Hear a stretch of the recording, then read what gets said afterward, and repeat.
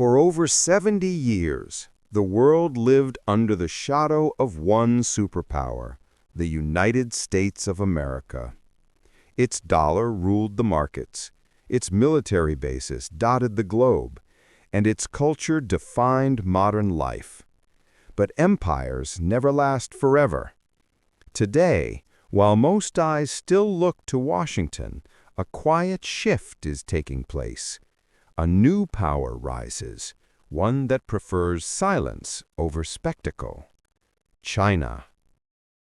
The American century began after World War II.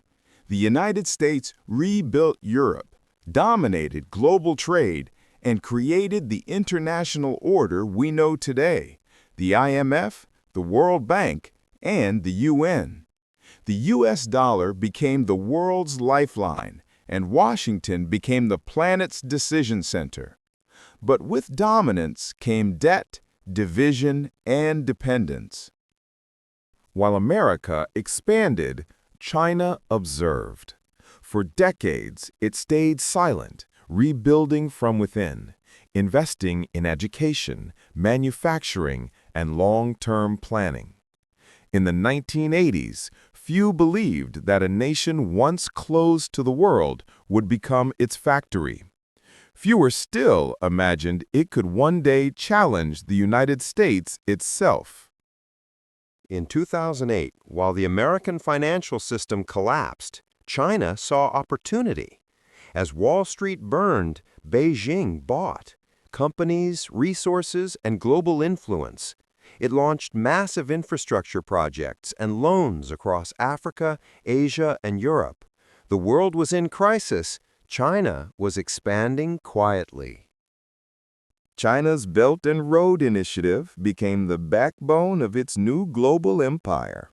Through roads, railways, ports, and digital networks, China connected over 140 countries, not through war, but through contracts. It wasn't just building infrastructure, it was building loyalty. While the West focused on social media and entertainment, China built digital dominance, 5G, AI, and surveillance technology. Huawei and other companies began shaping the digital infrastructure of the developing world. Bit by bit, the data of billions started flowing not through Silicon Valley, but through Beijing. The dollar's strength was America's greatest weapon, but China began building an alternative. Through currency swaps, trade deals, and quiet negotiations, the yuan started appearing in oil contracts, African development loans, and even central bank reserves. Beijing didn't challenge the dollar head-on, it simply created another system, one transaction at a time. While China built alliances through trade, the United States maintained its empire through presence. Over 700 military bases across the globe. But presence costs money. Wars in the Middle East drained trillions. Domestic industries weakened. Debt skyrocketed. The empire began to weigh on its own shoulders. While Western nations saw Africa as a charity case, China saw it as the future. Railways, power plants, ports, all built with Chinese funding and expertise. Today, over half of Africa's new infrastructure is Chinese. The continent's digital networks, also Chinese. Influence doesn't always come with armies. Sometimes it comes with cranes and cables. In the West, technology meant freedom. In China, it meant control and efficiency. Mass surveillance, facial recognition, and data monitoring became tools of governance. But those same technologies are now exported abroad, shaping how governments in other countries monitor their people. For decades, America's power was cultural. Movies, music, technology, the American dream. But China understood something deeper. Influence doesn't always look cool, it looks stable. Through education programs, Confucius Institutes, and global media investments, Beijing began rewriting the narrative of the future, one culture at a time. Then came BRICS: Brazil, Russia, India, China, South Africa. A group once seen as symbolic. Now it's becoming a real alternative to the G7. More countries are joining, seeking independence from Western systems.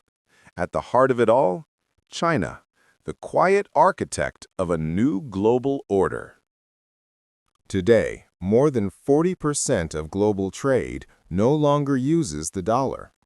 Saudi Arabia, once loyal to Washington, now trades oil with China in yuan. The world isn't declaring war on the dollar.